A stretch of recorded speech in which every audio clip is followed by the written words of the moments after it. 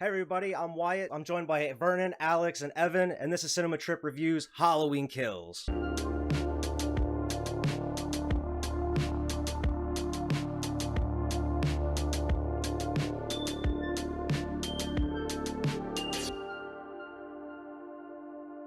It is finally here. The day has come. Halloween Kills is out. We're getting right into spoilers because it's hard to talk about this movie without spoilers, man. Yeah, it is. Beginning of it, I would have kind of switched around. I mean, it starts off with, Cameron discovering Hawkins' body.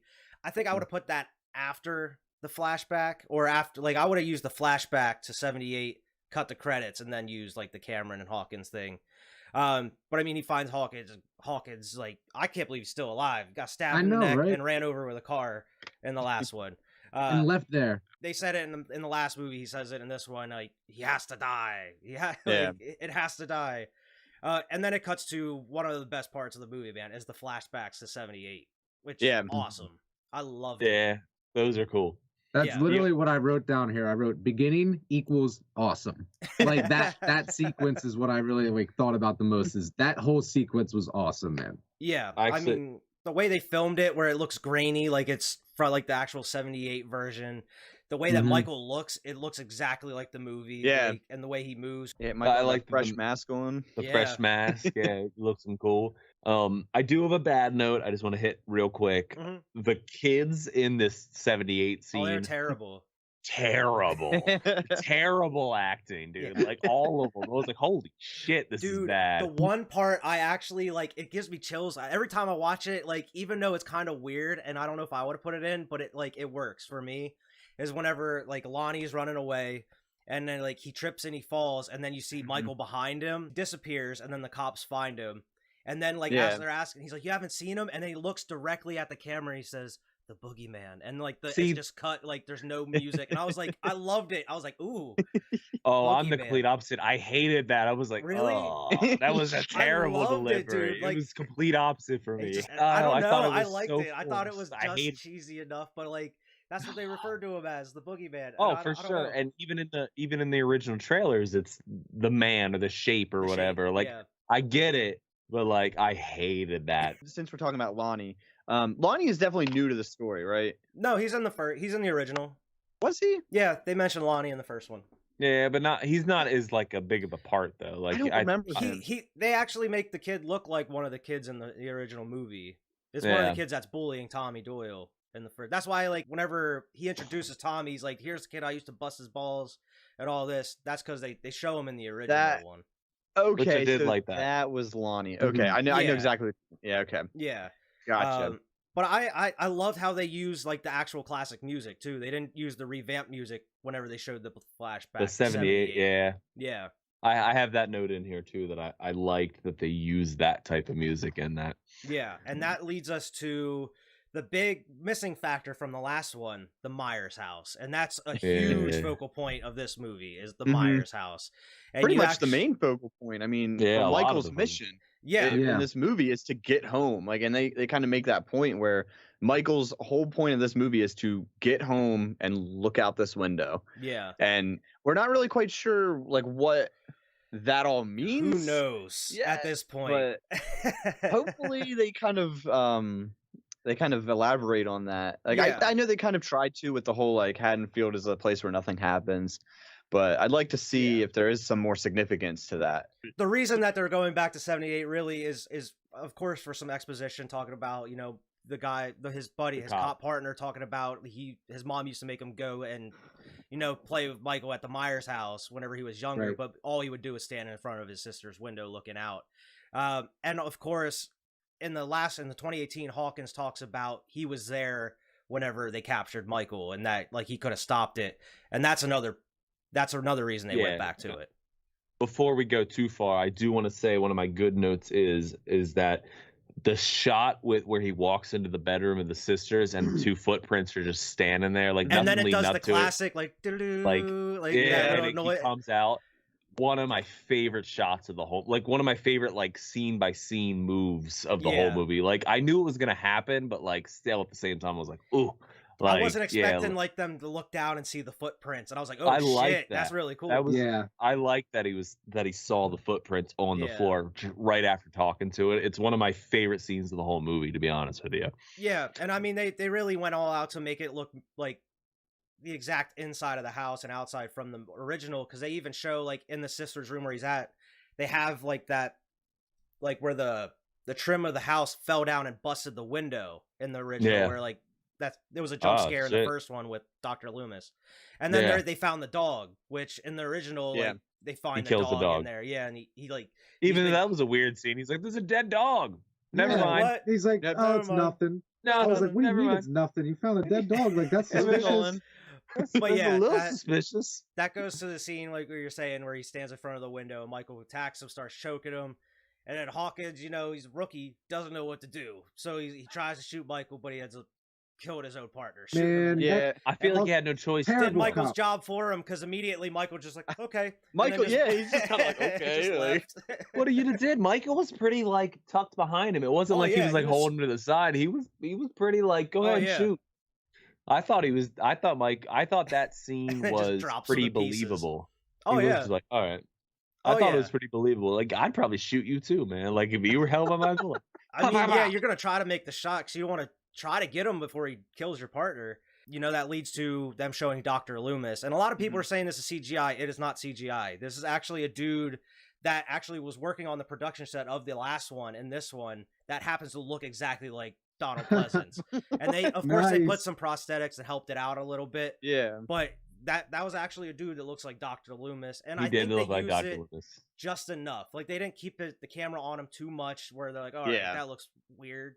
You gotta bring a dead person back to life. I'll give you a little leeway, you know. Yeah, like, I like get that better than doing like the CG, like how they did like Tarkin like Star Wars. Yeah, Star Wars. And where it would have been like obviously fake. Or even Avengers, like when they de-age in Avengers, like you could tell. Yeah, I did like having Loomis show up. Yeah, just I like that. So where is he? Has series. he killed again?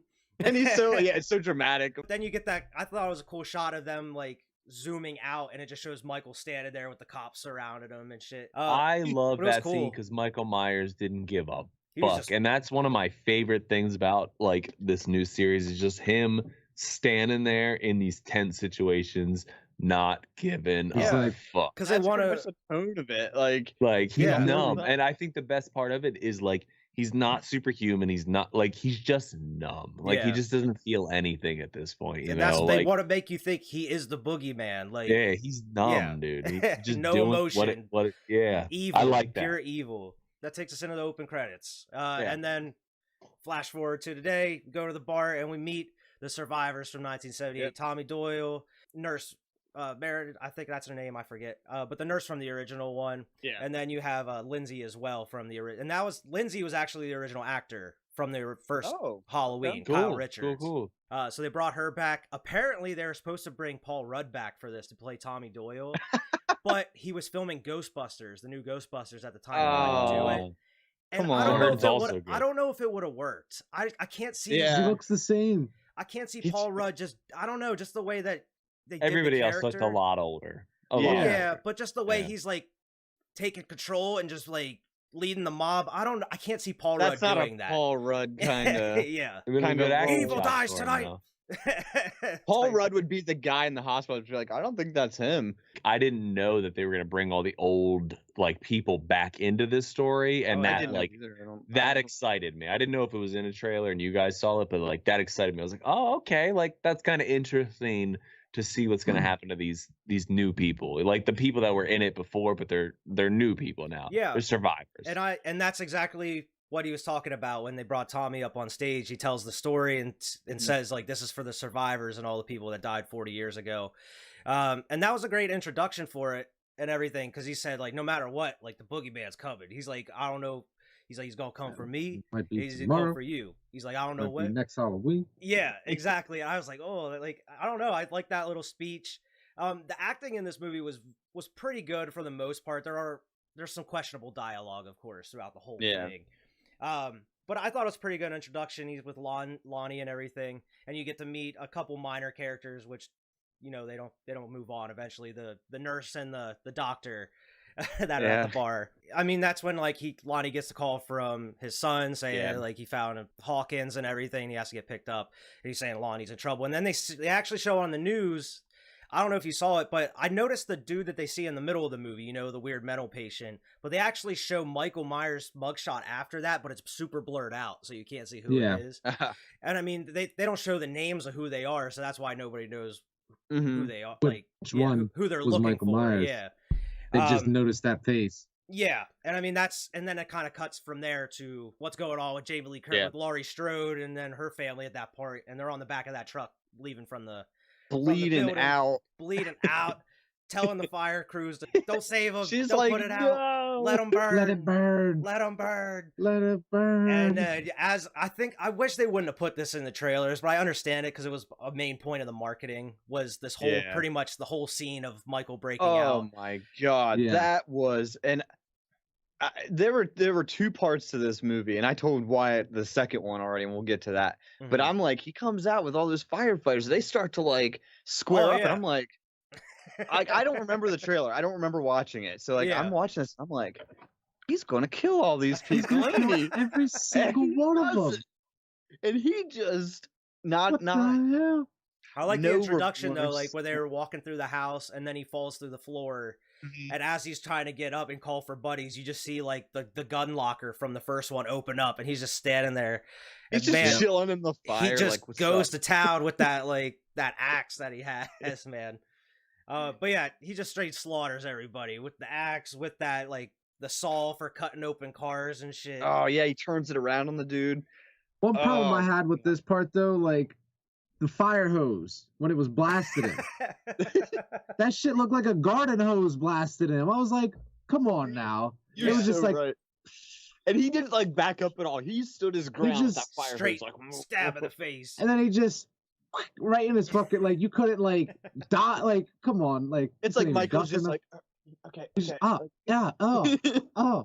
oh, stop. Like, he's like, thanks, I was just in a fire. Okay. I was just in a fire. Thanks for cooling me down, making sure I'm not on fire anymore. That guy helped him. Jab. They only showed like 5 of those kills or 6 of those kills, because whenever like the sheriff's department shows up, they're like, there's 15 bodies here. Oh, damn. Like, what damn? that was definitely, that set the tone for Michael right away. Oh, for sure. I mean, like you said, you got to that point, or I think it was Alex said, but like they got to that point. He's like, he's already at the body count for the last movie almost. Pretty much. Right. Just in the first 30 minutes in. But from that point, I mean, it just shows like Laurie Strode going to the hospital. You know, their families deal with everything. You know, Allison's dad died in the last movie. They're dealing with that with her mom and everything. Laurie went under surgery. And it was weird that they like even mentioned, they're like, oh, she should only have to deal with like some inner pain and inner swelling like after this, and like making it seem like she would like giving her excuse to like go out if she had to, like right. So yeah, like the sheriff is there and everything, and they break the news that like, you know, Michael's not dead, and they were kind of getting their stories from Allison and Karen as well, because Allison has a different point of view. She saw the doctor in the last one was the one that like tried to kill Hawkins, put Michael in and took him to Laurie. Whereas Karen thinks that Michael's just out to get Laurie straight up. Like he's the one stalking and hunting her down. When you really, you know, that's really not the case. He's just out there murdering whoever. He's not actually after Laurie at all. You don't even know who you are, probably. Yeah, exactly. I just keep thinking of Thanos, like, I don't even know who you are. It's kind of funny though, because like as someone who's watched the Halloween franchise, like that's kind of what we've come to believe. Like that's what we've always been told and seen, like he's after that family. And in this movie, that's not necessarily the case. Yeah, and I mean, that's going to be Michael's only words in the next one. Is like whenever Laurie confronts him, she's like, "You killed my family," and all this. He's like, "I don't even know who you are." Who? Who are you? Stab. Karen lies to Laurie's face, saying like, "No, he's dead." Like, which I don't know why. Yeah, I mean. I guess just didn't want her to freak out because you saw what happened when she finds out. I will say Karen was a little odd in this movie. I feel like She was at times like, I mean, everything that just happened in the first one up until now, she was very like, I don't know, maybe if it was just shock or maybe she's just not affected that much by it. You showed her crying, like she was crying in the room by herself. I think she's just trying to process it, and she doesn't want to believe everything that's happening. She's trying to. I think that's just it. She's trying to hide it all away. Like she doesn't want to face reality at this point. You know what I think? Where Lori is like the total opposite. Like. Yeah, like listen, we gotta fight this. And her main problem was that she was wearing a Christmas sweater the whole fucking movie. That's because they don't celebrate Halloween. They developed that in the last one. It's because they don't celebrate Halloween and the family. Thank you for connecting those dots. We go to Laurie's neighbor's house after Michael broke out. Because you got the old lady flying the drone around the house. Dude comes down, they're talking, and then like she flies it in, it falls, and then he goes to pick it up, and you just see it get tossed out of the room. That dude's like, what the fuck was that? Yeah. He goes and turns the light on. Big dude in a white mask. He turns the light on, and Michael's like, turn that light off. He smashes the light. But I think he's in the bathroom cleaning his fucking hand up, and they rudely interrupt him.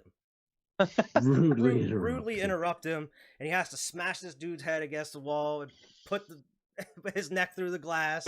Very forcefully has to do all this, and then to stab her, and then that scene where she's just at the door and he's standing there just looking at her. Oh my god! He just like looks around, just grabs the light, and just like, smashes what can it. I use here? That might be the best kill in the whole thing. The fluorescent tube just fills up with blood.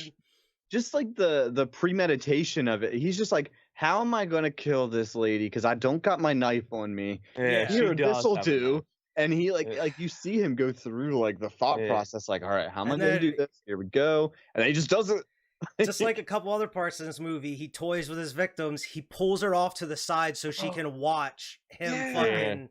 He drags the other dude away and just keeps stabbing him, bro. Which I hope they explain that. Why did he do that? Like, okay. So Brittany brought up a good point. Like, was he looking for like a good knife? Because then he takes a knife afterwards. Like he stabs it in his back, and then when like he finds a knife, then he walks out with it. He's a showman, man. Like that's what he is with a lot of his kills. He sets them up to be found in a certain way.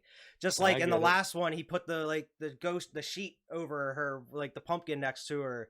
In the original, he has her like the Annie laying on the bed with the tombstone and everything. He kind of sets the victims up, but that's whenever you cut back to the bar and you find like you get the first kind of like, oh, is Michael actually here type thing with the nurse and the doctor going out to the going out, and that's pretty much most of the movie is rabble. A lot of rabble. They go out to the car and there's someone in the back seat, and then they get Tommy, and it's pretty tense. Like the music plays it up a lot here because it's like it goes up a little bit and then it comes down where it's just like a little thumping noise as like they're getting closer to the car with the baseball bat looking in. And Tommy fucked up his dude's car. He hit it with the baseball bat. Like, dude, come on. Yeah, that dude's like, my car. My car. But I will say my 1990 BMW. The movie did a good job here by like, at first I'm watching, I'm like, okay, that's not Michael. Like, obviously it's going to be a misunderstanding. And then like when the headlights turn on, I'm like, that might be Michael. And then, of course, we learn it wasn't. He didn't run him over. The whole time I was like, that's not Michael. Well, see, I thought that at first. I'm like, okay, that's not Michael, obviously. Michael would have ran him over. Oh, then he's like, well, yeah. At this point, it just got like, I think they just drew it out just long enough for me to be like, okay, maybe it is Michael. And then when it crashed, and then obviously you learn. But after that, they go to the hospital. And that's where they really start rabble. They screw up that hospital. But they Lonnie and Cameron and Allison, they kind of get together. They get a plan. Like, we're getting in groups. We're gonna go around town and we're gonna hunt Michael down. And then it shows like a montage of them going around town, going to different stores. Like, I need a few good men. He's trying 20 good men. Get a bunch of people going around town hunting Michael down. And before we get to the park scene, we do get an introduction to, I like these characters, Big John and Little John. Big John and Little John. I like Big John and Little John. They live in the old Myers house. They really pushed this couple, by the way, Big John and Little John, like through pictures and shit. I noticed a lot of it, like through this couple, like they were the couple they focused on a lot, which is, I was like, okay, like these are people. I think they're funny. No, the kids played on them though. Oh yeah! Oh my god! That shit got me, man. I knew it was a prank, but I was like, these kids are going far. If those kids would have pulled that prank on me, I'd have been fine with it. You got me. Get out of here. That was one of my favorite parts. Candy. Asshole kids. You asshole. I know I didn't put razor blades in the candy. That's what I was thinking too. I was like, how? So did they put razor blades in this candy? Is that why they're reacting like, oh no, oh shit, like? And if they did, it worked. Why are they reacting that way? I was just like, yo, this is a mind fuck right now. Like they're I love that scene. And then they provided much needed comic relief, and I think it helped with like the jarring kills with Michael this movie to this ridiculous like him just like dancing away and Big John music. They were funny. Yeah, they try to scare the kids by telling the story of Michael Myers because these kids obviously they didn't know it, and it was I think it would have been more effective. But they were trying to get some laughs. But he's like, as a boy at 60-year-old, he stabbed his sister in the tits, and I was like, I feel like they could have played it out a little scarier than that. Right in the tits, boys. It wasn't wrong. But I mean, it worked. They scared the kids away, and that's when it leads up to the park scene with those very same kids, except there's one missing at this point. Oh, why? Did you notice the masks that they were wearing? They're wearing the Halloween 3 masks. Yeah.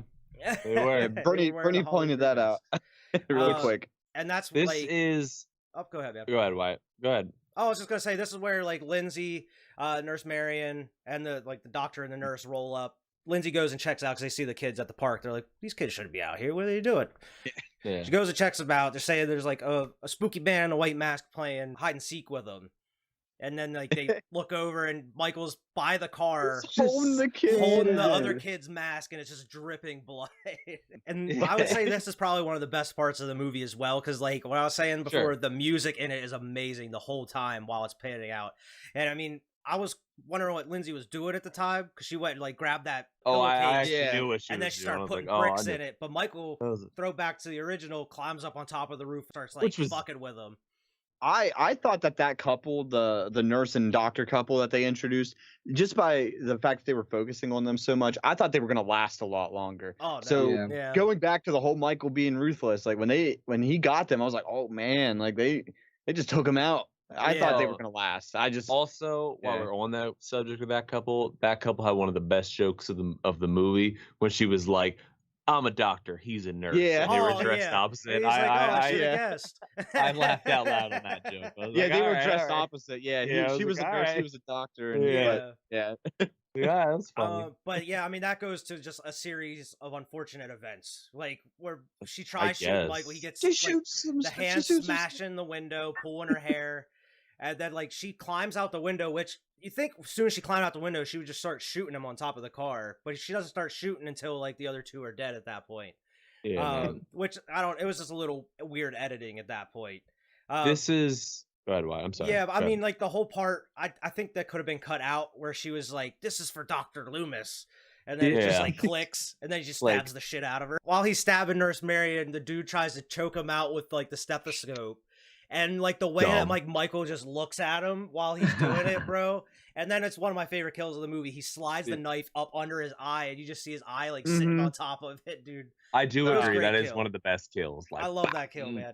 And then, like, the chick starts shooting, and then he just looks at her and just kicks that door straight into the gun, bro. And she shoots herself. Right in the face. Oh, yeah, that was funny, too. Right in the face. That was another moment where, like, Michael's just like... I feel like Michael didn't even believe that worked at that point. He was like, shit. Wait a minute. Did someone record that? Like, that was cool. He's looking at the cameraman like, you get that? Yeah. Like a Jim look from The Office. Then, like, Lindsay tries to beat the shit out of him with a bag of bricks. Which I knew was coming. Yeah. I was like, yo, Lindsay's going to hit him with bricks. Because it like panned on him for a little bit of him staring at the dead body. Yeah. And then I was like, oh, yo, Lindsay's going to crack this shit. I mean, the bricks didn't really do much to him. Most things in this movie. Because he just tries to pretty much goes to choke her out immediately. Until she tries to pull off his mask. It's weird that he doesn't kill her. I gotta say that. I mean, I know that's skipping ahead a little bit, but it's weird that he doesn't kill her. Yeah, I mean, then you get the typical, like, chick running away from the killer, and he's just walking. And then you get a scene straight out of Lord of the Rings, which it looks exactly like Lord of the Rings, where she's sitting there under the tree in the little riverbed, and he's like standing, and it looks just like a Lord of the Rings, where like those weird The creatures are sitting there, the looking mentors around, or whatever they and the are. hobbits just sitting there like tucked underneath the tree. That's immediately what I thought. I was like, this is stolen from Lord of the Rings. It's a homage. Yeah, but I feel like there was a scene cut in there because whenever they come back and they find her, like Tommy Doyle, she's like beaten up and bloody. Yeah, she wasn't before. that. And she's still kind of on the riverbank, but not like under the tree. She's just like kinda... she can't walk. She was just laying there, and then they have her in a wheelchair in the next scene. Whereas, like, what the hell? That's like, what happened? She didn't. You were running the whole time. Yeah, you were fine. You just got choked a little bit. Yeah, you got choked. What's wrong with your legs? Before they take her to the hospital, there was a cool scene where they're like, we used to dare each other to go into the Myers house all the time, and then Lonnie was the only one that actually did it, and then he said he didn't. He actually didn't do it, and that's a callback from the original. Whenever that was Lonnie. That's in the movie, in the original. Wherever they're like, I'm not afraid. Bull. I'm not. Then go in. And then Dr. Loomis is like, hey, Lonnie, get your ass away from there. That's right. Yeah. Okay, I remember that scene. And then that's whenever you really get a chunk of the movie where some people have problems with and some don't. And that's the mob mentality at the hospital. It is where they confuse the other mental patient with Michael. And that's like a 15-20 minute scene of just them screaming evil guys tonight and chaos. It went on for a while. Like they were chasing, but I love his speech the whole time too. Like Tommy Doyle, like where they're like the sheriff that was there. He's like, "No, I'm fucking tired of you guys not doing anything. We're gonna do it now." And I was like, "Yeah, and fuck yeah!" I was like, part of the mob mentality. I was like, "Fuck yeah, let's go out there and get Michael Myers." But yeah, it was just they turned on that guy real quick, and that was sad. Like, and even Karen was like, "That's not him. What are you doing? That's not him." And Tommy didn't realize it until like the last second. You get the whole scene with them just chasing the dude around the hospital, people falling downstairs, getting pushing. Those doctors are just pushing people out of the way. Yeah, that one doctor pushed 2 people, right? Yeah, and pushed Karen. She like fell downstairs. Like down the steps. Yeah, and then Lori tries to go out in the midst of it. She stabs herself with a needle and then like tries to go out. And she like goes to like kick a dude in the stomach to get him out of the way, and then she hurts herself. And she's like sitting there in the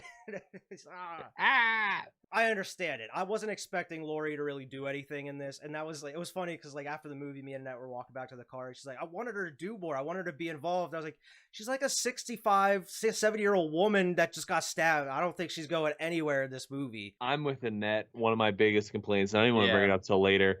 Lori and Michael share no scenes in this movie, and it upset me. That is the relationship quotations that I want to see, and I was upset that it didn't happen. That's what made it feel the most empty to me, is that they didn't share a single scene together. And I get it, like what Vernon was going back to, like what's the chances of her getting up and after surgery in a night, like it's not going to probably happen, but. I'm already in my willing suspense of disbelief where I can watch Michael Myers get shot, stabbed, and moved around. I'm willing to watch her shoot herself with morphine and go through the rest. When she shot herself with morphine, Wyatt just talked about it, I was like, okay, she's going through the rest of the movie on this morphine trip. I'm good with this. Like, I'm willing to believe that willing suspense of disbelief. Yeah. Like, I'm fine with that. The next part, it works for most people. Even though you don't know this character, you feel bad for this dude. Like, he's put in the wrong position. He's getting chased by this mob. Karen tries to help him out. She like locks him in like the room. They're like pushing on the door, smashing on the glass. He has nowhere to go. And then, he's obviously mentally ill. Like, obviously mentally ill. So I mean, he decides to take his own life. He decides to end. He busts the window out and jumps out. And at that point, like you were saying earlier, Evan, like Tommy doesn't realize until they're busting through, where he's like, "All right, this isn't him." Like, and by that time, it's too late to stop. You can't calm a mob down in 10 seconds. Like it just don't happen. Oh no, they're already riled up and everything. And I mean, at that point, they really show the aftermath. Like they show the crowd outside hit. Like they actually show the aftermath of him. He's just like literally heads exploded on the ground. His arm is bent and his leg. But then you see like the sheriff, like just sitting on the steps, bro, like going through it. Like he's like, what the fuck am I supposed to do? Yeah, like what is he supposed to do? Like you can't. You also get to see security guard Brackett, the returning sheriff from the original Halloween, but he's a security guard at the hospital. And then he says the line after the dude jumps out the window is like, he's turning against us. We're turning against ourselves and all this. And then, you know, they have to make a plan at that point. You know, Karen's fed up. She's pissed off. She's like, we need to do something. She consults with Tommy and everything. One of my favorite scenes in the hospital is when the leader of the mob, and I forget his name, goes into Laurie's room and he's talking about, Tommy. He's like, Tommy. Tommy. Yeah. I love that too, to be honest. He's like, you saved me, I'm gonna save you. I teared up a little bit. I was like, yeah, get him. You know, actually kind of goes with another sentimental scene where it got kind of pulled on the heartstrings. Is whenever Allison and Cameron are in the car with his dad, Lonnie, and he tells the same story that you hear about in the last one, where her dad says like, oh, I did peyote with Cameron's dad at one point. And then like she's sitting in the back seat and he's telling her the story of him and her dad doing peyote. And then you just kind of just see her start breaking down. Like she's remembering her dad. And I was like, oh my God. But yeah, you're right. She pulls it back. But like, it's just that little moment, man, where she just starts crying while he's telling the story. It's hard to have emotional stuff in a slasher like this. And these little things, like what you're saying with Tommy, where he busts in and says that to Laurie, it's those little moments that work. Yeah. But yeah, we go back to Big John and Little John at the Myers house. Big John, Little John. And they get an old knock at the back door. Oh, I love this They go to scene. investigate. They get a knock at the front door. And then... All right, before we move on too far, this is one of my other biggest complaints is, in the original Halloween, I love that you just see him in the background sometimes. Yeah, they didn't have enough This of that. was the perfect moment to have him just be in the background. When he knocks on the back door and Little John's walking away from the back door, they should have had him standing right there, like ready to come in, you know? And I just felt like a lot of these scares were very predictable, where the first one works so well because like you just see him, you know? He's just there, you know? Like it's not like we don't get too much of the creeping. Exactly. In 2018, it's not like there's a couple scenes where you see him just in the background. Exactly. Or like, and I mean, I think another reason they did that is because, you know, he's pissed off at this point. He's beyond all that bullshit.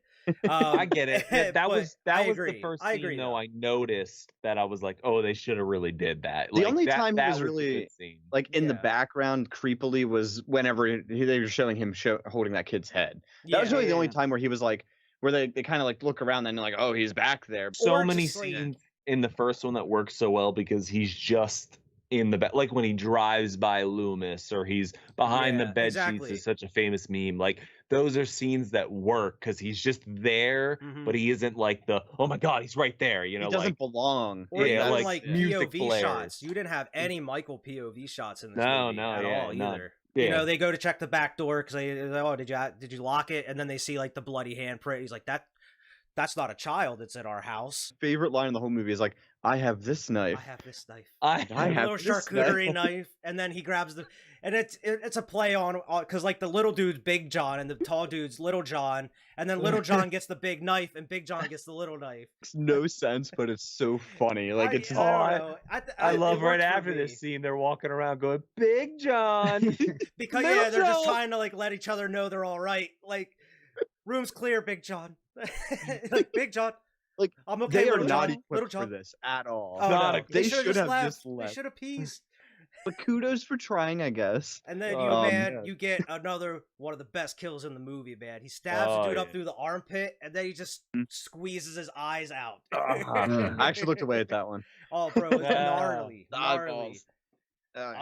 And then I looked away at a kill too, but it hasn't come up yet. But I did look away at one. And then big Little John goes up to check it out, and they see old Michael standing in front of his sister's window again, looking out. Yeah. And then you get why does he say that? He's like, oh, Michael, you've returned. Like, get the fuck out of there. Michael's come home. Like, why wouldn't you run? Because Michael just turns around and starts walking towards him. He just accepted. And you hear his like scream in the faint. Like, get the fuck out of there, dude. This is where Lonnie, Cameron, and Allison pull on up to the Myers house at this point. And I have a complaint about this entire leading into another bad decision. I get that Allison is like hyped up on like, my dad's dead, I gotta kill this guy. But like, what are they gonna do in this situation? Like, it is 3 of them versus Michael. Like, And the dad didn't last long at all. It was like 5 seconds after he walked in, you hear that gunshot. What do you mean? What are they going to do? What they decided to do is to go in one at a time, basically, dude. Like, what the fuck are you doing? And then you hear the gunshot. Like, the smart thing to do would be drive away and get more people. Like, we know where he's immediately. No. Let's go. This was just to add two more bodies and to set up for the end. Only one more body. And like Alex said, this could have been another part where you could have had him chilling in the background when they're walking through the house in the dark. Like, looking, for sure. You could have had him just chilling, like watching. Yeah. They spent a good bit of time creeping around the house. And like, they kicked open the door and shot the pumpkin. That because he just toyed with him. He just put a pumpkin with a lit candle in the closet just to lure him with the door crack. Michael, he playing mind games with people. When you see what happens, it makes me kind of think like this was planned. Like they were going there and they were setting up, waiting for Karen to get there. Allison's move, because I did write her move. We're getting there, but I wrote her move down, but then I erased it because okay, it might have been like she knew. Maybe either she knew or it was a surprise. But they walk upstairs and you get another work of art by Michael. He saw the picture of Big John and Little John, in the meadow, sitting, and then he poses their bodies in the exact same way. No, he reversed them though. He reversed them, but it's still like the same pose that. I don't know why. Laying on his lap. I don't know why I noticed that. I was like, no, that's they put a glass of wine in his hand too, right? I didn't notice that. I think the one of them was holding a glass of wine. Yeah, Michael, I think he did. Setting up a show for the people that find the bodies. He put the music on and everything as well. Michael might be pissed off, but he's not gonna abandon the culture of art. All right, like, exactly. Cameron's like, all right, while she's looking at this, I'm gonna go investigate by myself. Exactly. Why wouldn't you go be like, hey, I'm gonna go check this room real quick? Yeah, let her know. Like, no. And I think they could have did this a little differently, but as he's like walking, he gets the blood, and he looks up, and the attic is there with his dad in it. And then it just cuts to Michael jumping out. I think they should have just kept him walking a little bit, and then like you could have actually did one shot of Michael busting out. They didn't have to just cut to it right away. Build a little bit of suspense. I think he should have, instead of opening the cupboards, he should have just busted through them bitches and yanked them. Yeah, I'm with Wyatt there, but it was an effective out scene. Of him when he grabs him. He's just stabbing him. And then she comes out with the shotgun. He immediately just like, give me that shit. Michael stabs the shit out of him. She stabs the shit out of Michael, and then he just like, nah. Get out of here. Swats her like a fly down the stairs, breaks her leg. I will say that falling down the stairs was classic horror move. Now I'm gonna fall and break my leg, leaving me helpless. It wasn't like the typical like fake, like they're kind of like rolling. Like she actually does like a flip at some point. Yeah. And, like I don't know, it looked really good. Her falling down the steps. Does a straight spite move at this point where she's like, "Come get me, motherfucker! Leave him alone." And then he's just no, I'm gonna fuck with him a little bit more. And that might have been the best head turn in the movie because he just kind of like looks at him and then he's just like through there and just starts pushing his head like across the different bars and shit. Oh, gnarly! I can't imagine what that would feel like on your throat, dude. This is the scene I was talking about where I thought some comedic moment would come in because he does start coming down the stairs and he's even more spiteful and vengeful. Yeah. Oh my god, yeah. Where like. When he picks him back up and does it again. You still want to talk shit. But I 100% thought that dude was going to punch his head clean off. Just like that. I thought he was going to rip it off, to be honest. But I thought that head was coming off. I thought it was it's too. Perfect like scissor axe move where he was just going to pop that You're not head the off. only one that can do this, Jason. And then you knew this wasn't going to go well for Alice. She's got a broken leg, and he just walks up and pretty much manhandles her. He's going to stab her. And like what you said, I don't know if this was set up prior, if Allison knew her mom was going to be there. Comes in with the pitchfork. And stabs And I know him. this is a trap, but she could have at least tried to finish him there, man. Put the pitchfork through his neck. Stomp on his head. Yeah, I got more about this. Keep going, because I got a big complaint.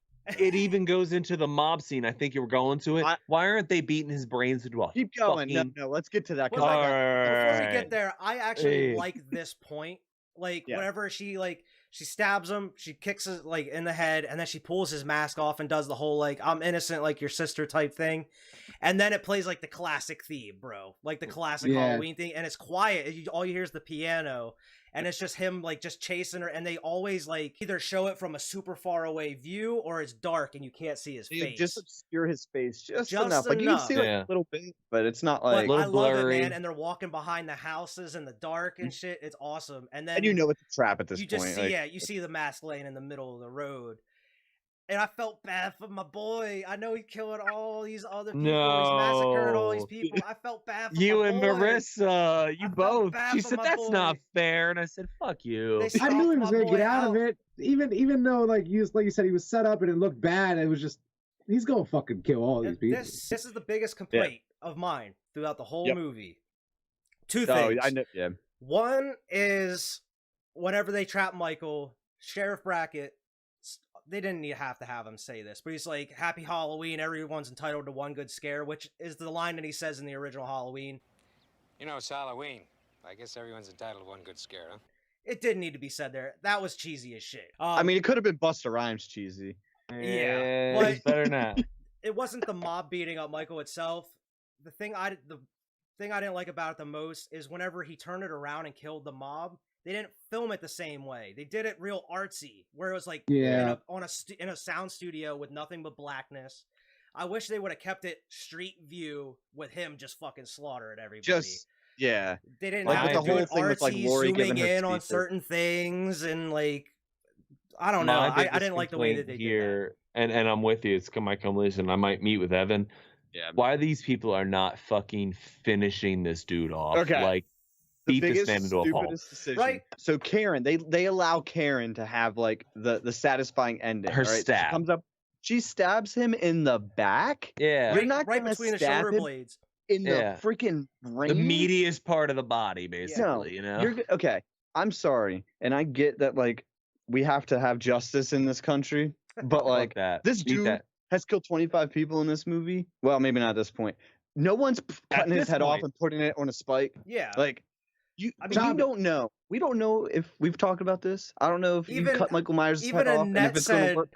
Even Annette said whenever he was sitting there reaching for his knife, cut his hands off. He can't do anything without any hands. Like, bro, what are you going to do? Cut his hands off. When he was on the ground stabbed, I'd have beat this lifeless body. You would think a mom that's saying evil dies tonight wouldn't stop until he's dead. They would just sit there and beat the shit out of him. We're mob mentality at this point, and this mob mentality made this innocent man jump off a roof. They were so eager to get. What were they going to do when they got to him in the hospital? Like, beat him down and then be like, oh, okay, he learned his lesson at this point. Like, fuck that. Like, beat this man into a pulp, dude. But I loved the way they set it up where Michael's standing there and then like they just start, as soon as they start playing the music, he just bends down and then just like puts on his mask and then it just and then it cuts the music and then it just like they start fucking with him. Fucking him up. And he holds his own for a minute, but then they start beating his ass down and then Sheriff Brackett, for some reason, gets straight up close to his head to shoot him in the head. He could have stood back and shot him. All these people, and they action movied him.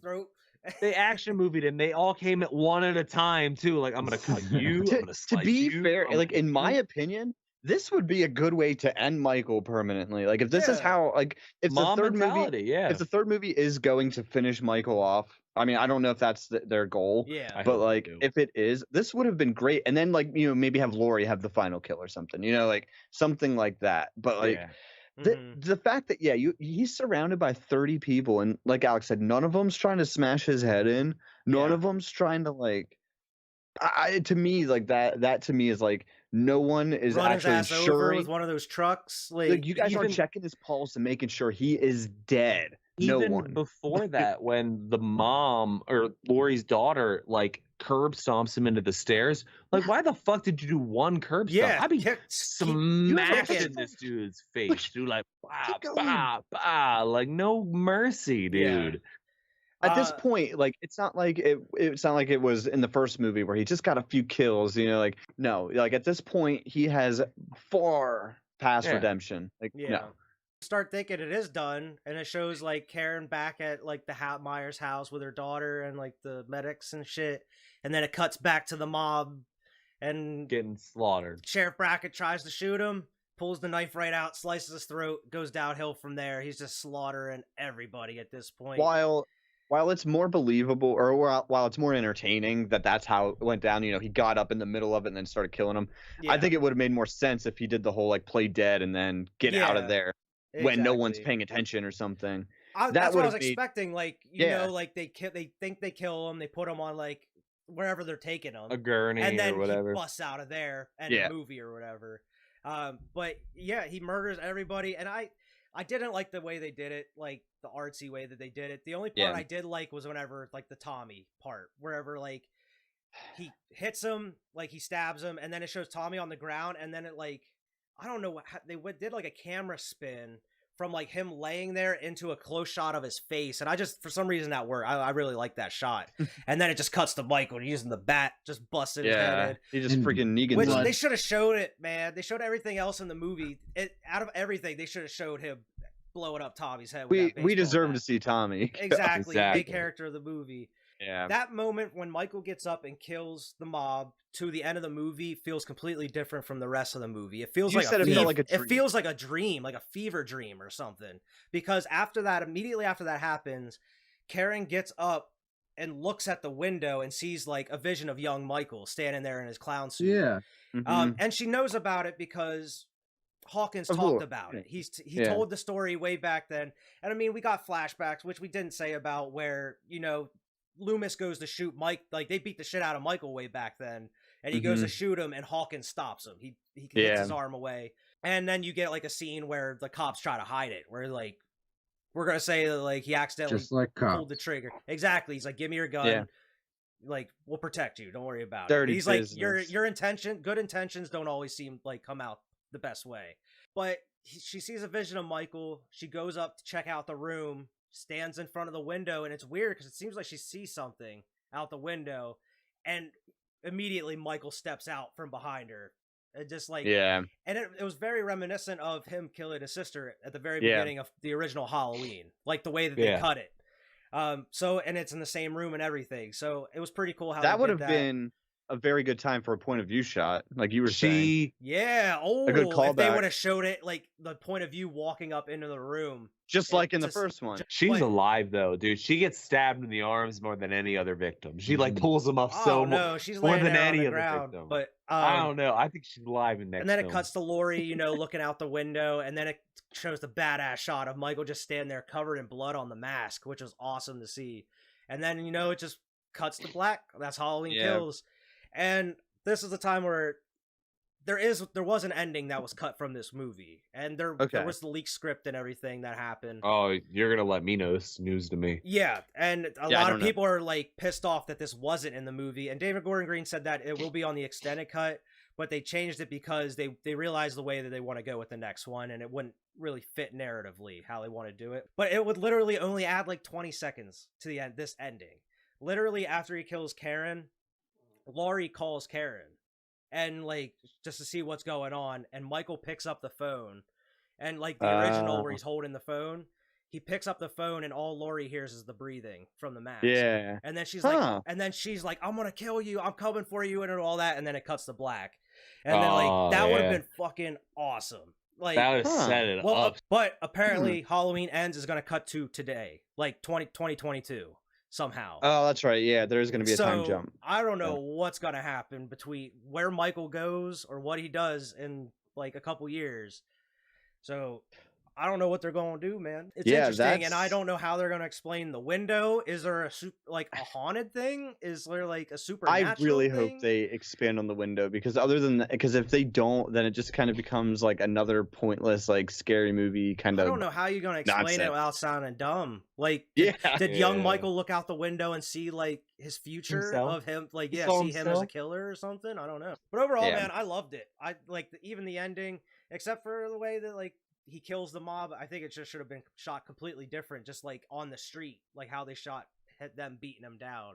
I think that would have worked out a lot better. Who knows? Maybe it was all a dream. Maybe that's why they did it that way.